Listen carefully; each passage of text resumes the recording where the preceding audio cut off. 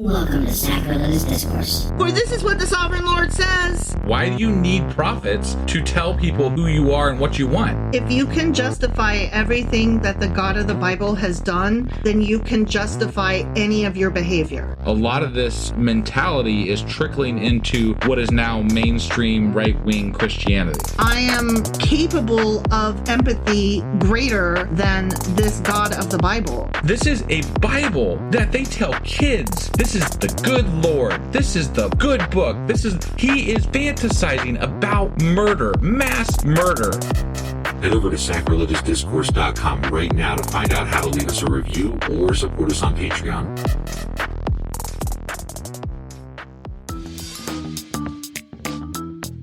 Hey there, sinners and saints. It's your favorite Bible-bashing duo from Sacrilegious Discourse, and we need your help. That's right, folks. We're raising funds for some heavenly equipment and a studio that doesn't sound like it's in the depths of hell. Our current setup, let's just say it's more apocalypse than audiophile. So if you want to hear us dissect the Bible without the background noise of demonic squirrels, chip in a few bucks. We're aiming for $5,000 to upgrade our audio and build a studio worthy of blasphemous banter. Donate today and help us spread the good word of atheism. You can find a link right on our homepage, sacrilegiousdiscourse.com. Every dollar counts. Even if it's from your collection plate.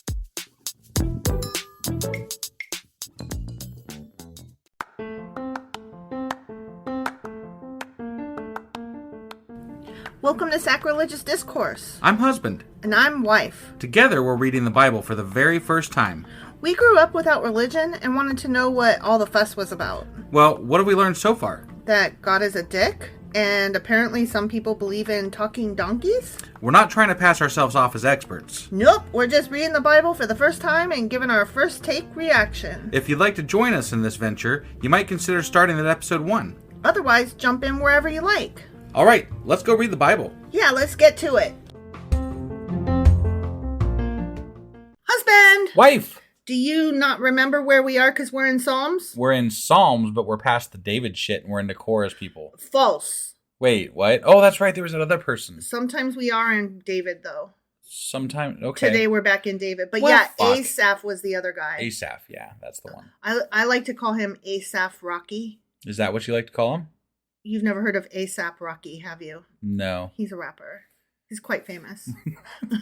He should know better than bringing up cultural references here's the around thing. me, like, at all. I don't know a single fucking song that he has done because Yeah. I don't like country or rap a whole hell of a lot. Like, no disrespect to anybody who does. It's just not my bag. And I like Britney Spears. So I, too, am trash. Like, I'm not bagging on anybody. Okay. But A$AP Rocky is a rapper and quite famous. Like, even dumb person me knows the name. But not dumb person me. You're even dumber than I am. And you actually like rap some, though. I mean, I used to. Yeah. Yeah. Yeah. I mean, So I you're still more do, like- I guess. But You're more like you know. 80s rap. Yeah, 80s, 90s. 80s, 90s rap. Right. That's your stuff. Yeah. Yeah. Old school. Wu-Tang. That's some good shit. Okay, so anyways. Today we're getting into Psalms 51, 52, and 53. Okay. You All ready to right. do this? I suppose you've been more than fair. Let's do it. Let's do it.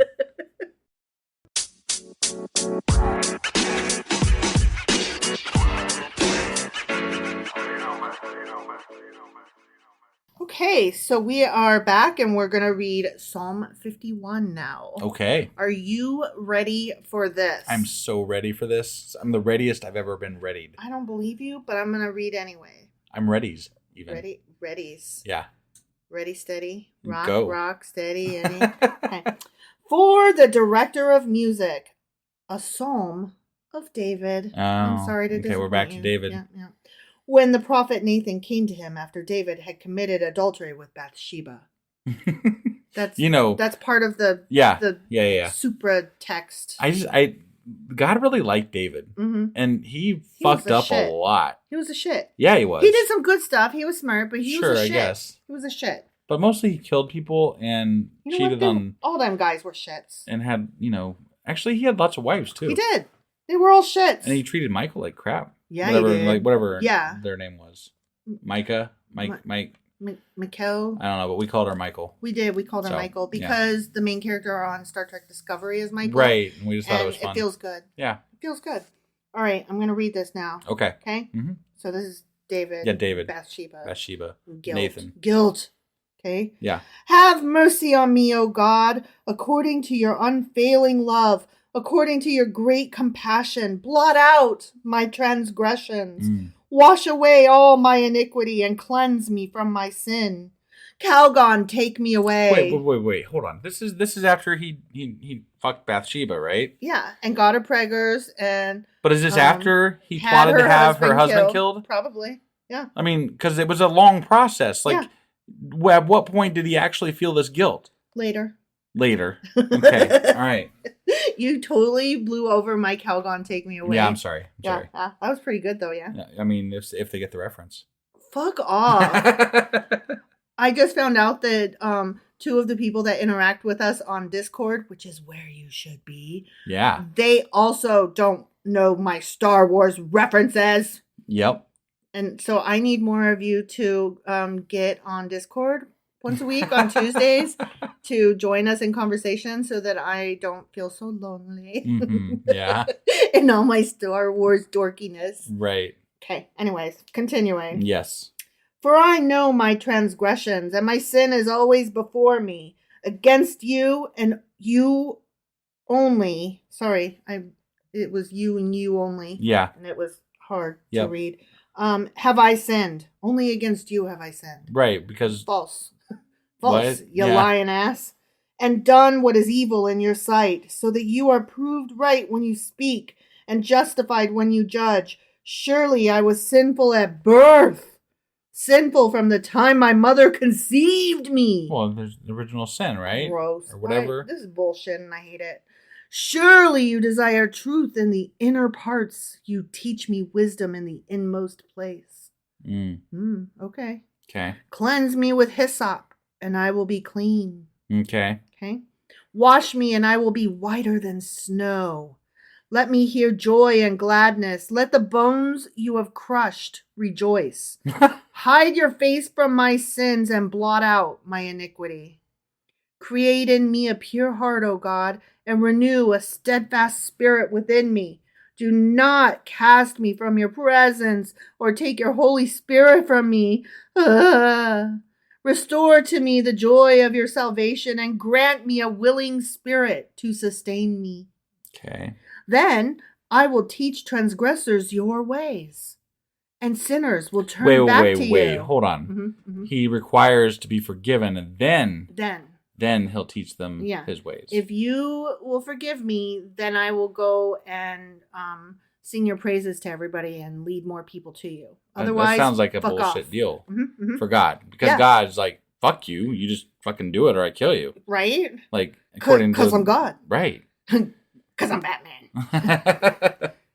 Save me from blood guilt, O God, the God who saves me, and my tongue will sing of your righteousness. O Lord, open my lips. That's what she said. And my mouth will declare your praise. You do not delight in sacrifice, or I would bring it. You do not take pleasure in burnt offerings. The sacrifices of God are a broken spirit, a broken and contrite heart. O God, you will not despise. In your good pleasure, make Zion prosper. Build up the walls of Jerusalem. Then there will be righteous sacrifices, whole burnt offerings to delight you. Then bulls will be offered on your altar. He's asking a lot of favors from God in order to do the things that God wants them to do. Yeah. I think that's kind of bullshit. I think that David is bullshit. Well, yeah. I can't. He didn't even kill Goliath, that fucker. No, I know. Yeah. That story was all false. It was all gross and dumb and wrong. Because it was some other dude later on. This book is full of lies. You think? All right. Psalm 51, notice. Okay. This is a prayer for cleansing. And it starts out, have mercy on me, O God. Okay. It's one of the penitential psalms. And just to remind you, penitential psalms are also referred to as psalms of confession. And they are Psalms 6, 31, 37, 50. So those are the ones we've read. But then also 101, 129, and 142. We're not there yet. Right. These Psalms are expressive of sorrow for sin. They feel so fucking bad after having sinned. I mean, I got some of that, but then he's also demanding stuff in that sorrow and sadness or whatever. He is. So it kind of bullshit there. It is. This is supposed to have been composed by David as a confession to God after he sinned with Bathsheba. Again, time frames matter here because after he sinned with Bathsheba, he then also later plotted to have her husband killed. Yeah. So, I mean, at what point in that time frame did you feel bad and confess this? Because if it was right afterwards, then you shouldn't have done the rest of the shit. Yeah. So, and that took a little while. All that stuff took. You had to send him back to the front lines, and then have him killed. Right. So. But even having said all that, David's confession is regarded as a model for repentance in both Judaism and Christianity. Everybody loves this fucking thing, and they're like, "This is how you apologize."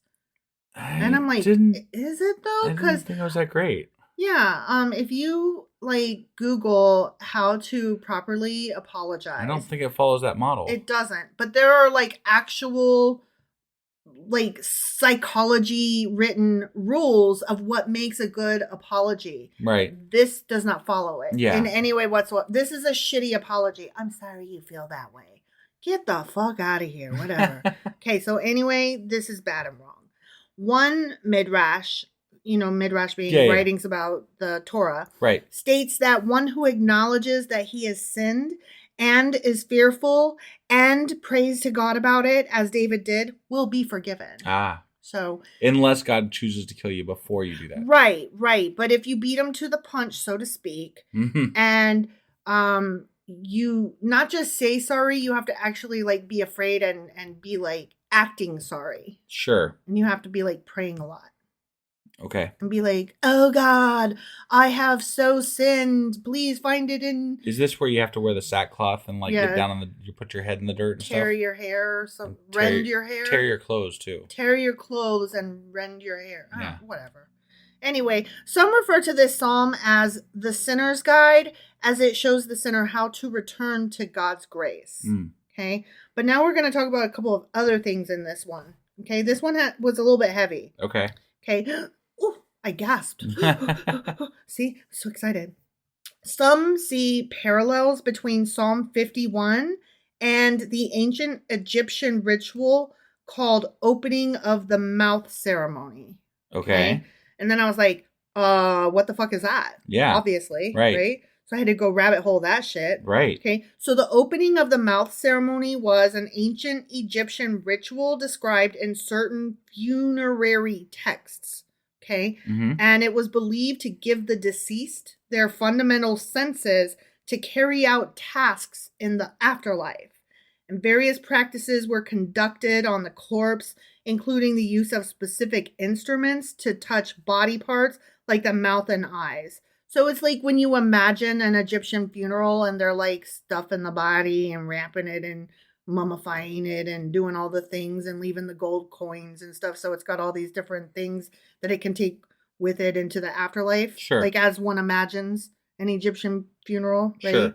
I mean, I'm not crazy here, right? No, I don't think so. Is that last I checked? How you? Yes. Okay. So these customs were often linked also not just with death, but with childbirth, which denoted rebirth and new beginnings. Of course, the dying body, that soul is departing the body and being reborn into a new life, right? Okay. So that's why they do these things. Right. So, for instance, cutting bloody meat from animals as offerings for the deceased signified the birthing process, which typically involves blood and represents the commencement of a new life. Okay. And then additionally, there were certain tools that they used, which resembled the tail of a fish, and they were originally employed for cutting infants' babies' umbilical cords. Okay. Which further emphasized the idea of rebirth. So some of the stuff that they talked about in this thing reminded some scholars of the Egyptian ceremony of that funeral thing. Got it. Okay. Yeah. Now, this psalm was used for centuries as a judicial test of reading ability. And get this is so cool. The practice began as a means by which a defendant who's, he's been accused of a crime, right? Could be as small as you didn't pay your fucking bills. He could claim to be a clergyman. Clergyman. Yeah.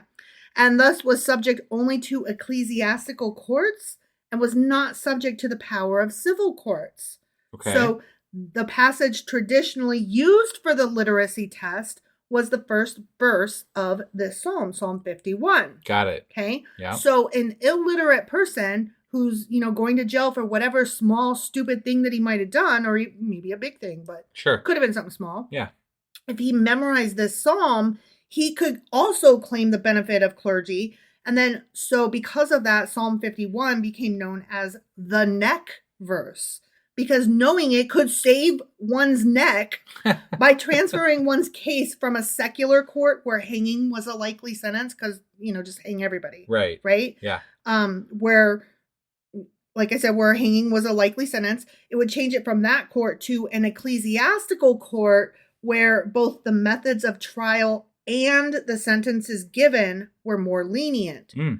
For example, they might be given a sentence of, say, just penance. Sure. Not even community service. Right. Just penance. Right. Just say sorry a lot. Right. So, that would be one I would memorize too. If hell yeah. I was poor and sure. I was not a clergyman. But you might get caught up and not realize that, like, oh, I won't need that. And then you get caught and you haven't memorized it yet. And you're like, fuck. God damn it.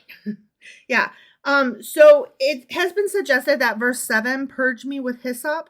Mm-hmm. You kind of looked at me funny, like, the fuck is that? Right. It's a kind of herb. I stopped short of asking you because I think it came up earlier in the Bible at some point. It might have. And I think we discussed it before, but I can't really remember. So it's been suggested that herb is an early example of the medicinal use of penicillium, which is the initial source of penicillin. Got it. So, purge me with hyssop and I shall be clean. Okay. Okay. Mm-hmm. So that's what that was about. Got it. I just thought, wow, that's so interesting. Yeah. So that was kind of a very heavy notes on that psalm. It was. But now we are moving on to Psalm 52. Okay. Yep. For the director of music, a maskil of David, a thought, a thing, a song, something, a hymn, who knows? It's right. a thing, it's a thing of David. Right. When Doeg the Edomite had gone to Saul and told him, David has gone to the house of Ahimelech. Okay. Yep. Why do you boast of evil, you mighty man? Why do you boast all day long? You who are a disgrace in the eyes of God, your tongue plots destruction. It's like a sharpened razor. You who practice deceit, you love evil rather than good, falsehood rather than speaking the truth. Salah. You love every harmful word, oh, you deceitful tongue.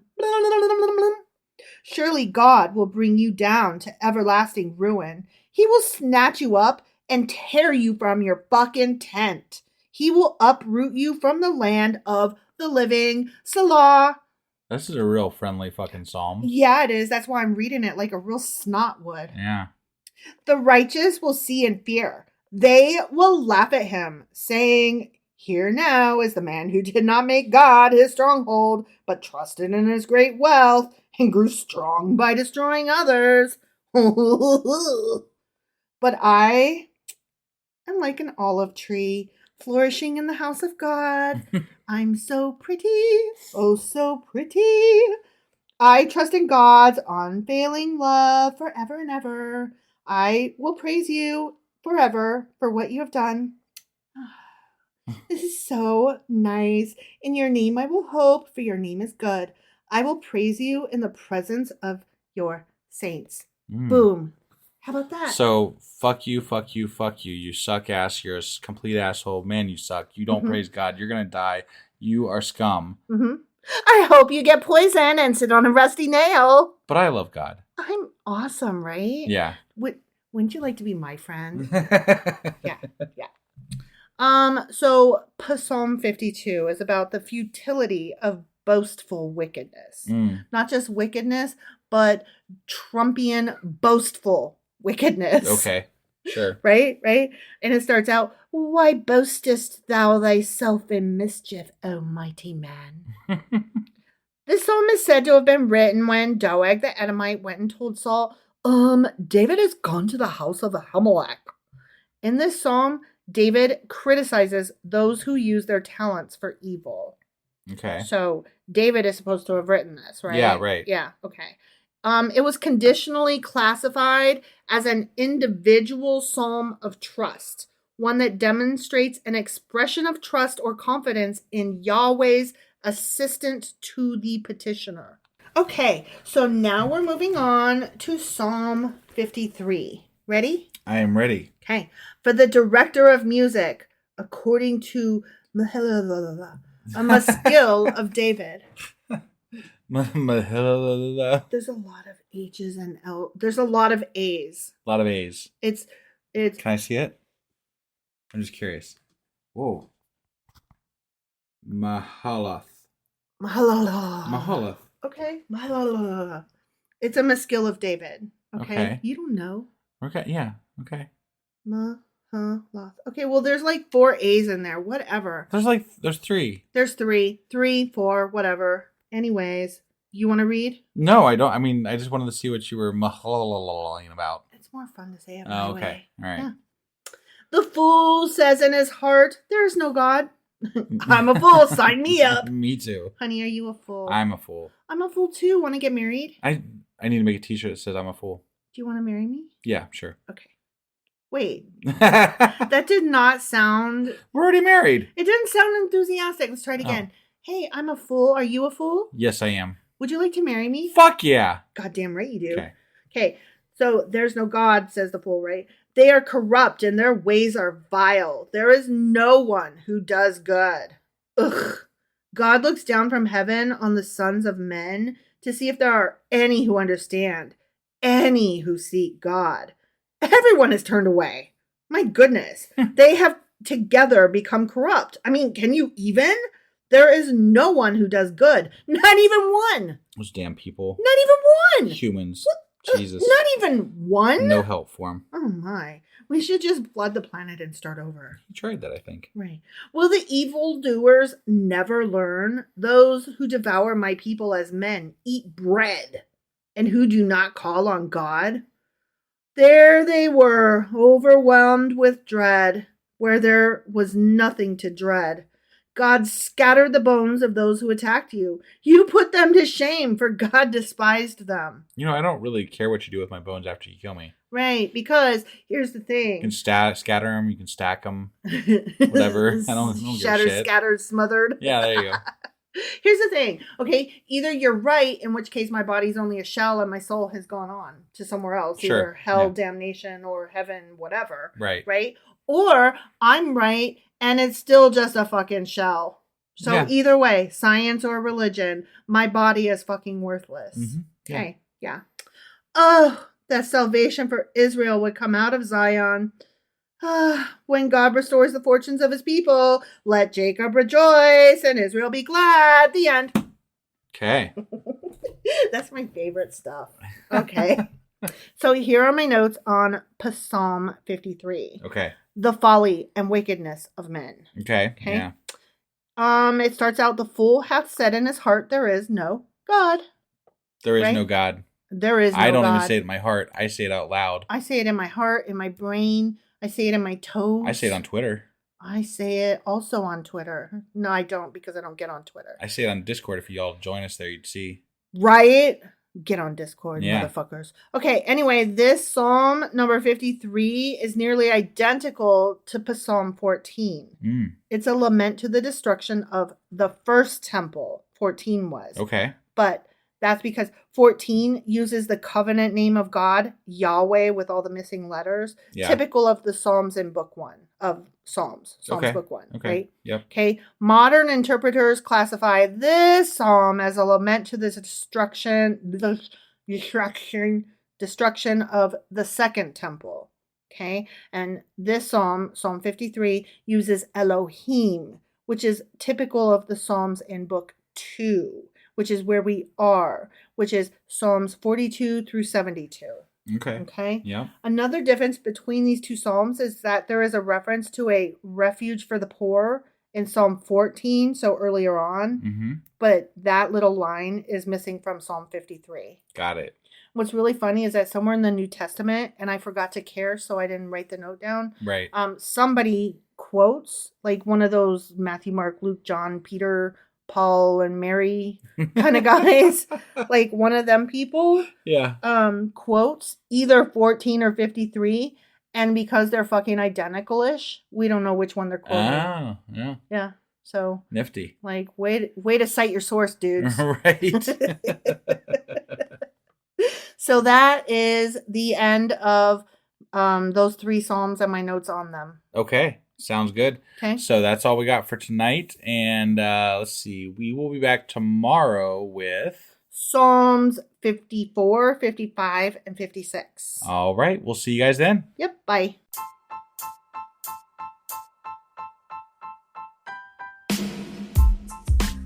Hey, wife. I guess that's the end? But husband, that's just sad. It doesn't have to be. We are on lots of social media platforms like Twitter. Our handle there is sacrilegious_D. For D's nuts. Oh my God. Stop doing that. Anyway, we're also on Facebook, Instagram, and Pinterest. There's a link to all of our social media sites at our website.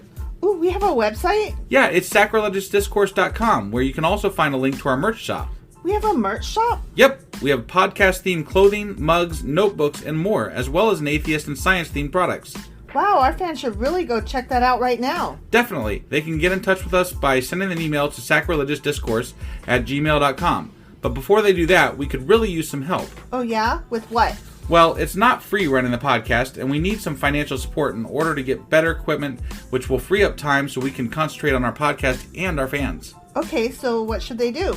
Head over to patreon.com/sacrilegiousdiscourse and sign up as a contributor on our podcast. Supporters there receive additional bi-weekly episodes that we record just for our Patreon members for as little as $2 a month. Also, we'd really appreciate it if you would like and subscribe on whatever platform you're using. And Apple Podcast reviews help us out tremendously. Like and subscribe. Leave an Apple review. Join us on Twitter. Support us on Patreon. That's a lot of instructions. Don't forget to say thanks. Thanks. Okay, bye.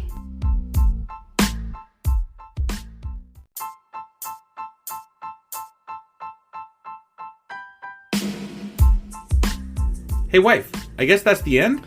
But husband, that's just sad. It doesn't have to be. We are on lots of social media platforms like Twitter. Our handle there is sacrilegious_D. For D's nuts. Oh my God. Stop doing that. Anyway, we're also on Facebook, Instagram, and Pinterest. There's a link to all of our social media sites at our website. Ooh, we have a website? Yeah, it's sacrilegiousdiscourse.com, where you can also find a link to our merch shop. We have a merch shop? Yep, we have podcast-themed clothing, mugs, notebooks, and more, as well as an atheist and science-themed products. Wow, our fans should really go check that out right now. Definitely. They can get in touch with us by sending an email to sacrilegiousdiscourse@gmail.com. But before they do that, we could really use some help. Oh yeah? With what? Well, it's not free running the podcast, and we need some financial support in order to get better equipment, which will free up time so we can concentrate on our podcast and our fans. Okay, so what should they do? Head over to patreon.com/sacrilegiousdiscourse and sign up as a contributor on our podcast. Supporters there receive additional bi-weekly episodes that we record just for our Patreon members for as little as $2 a month.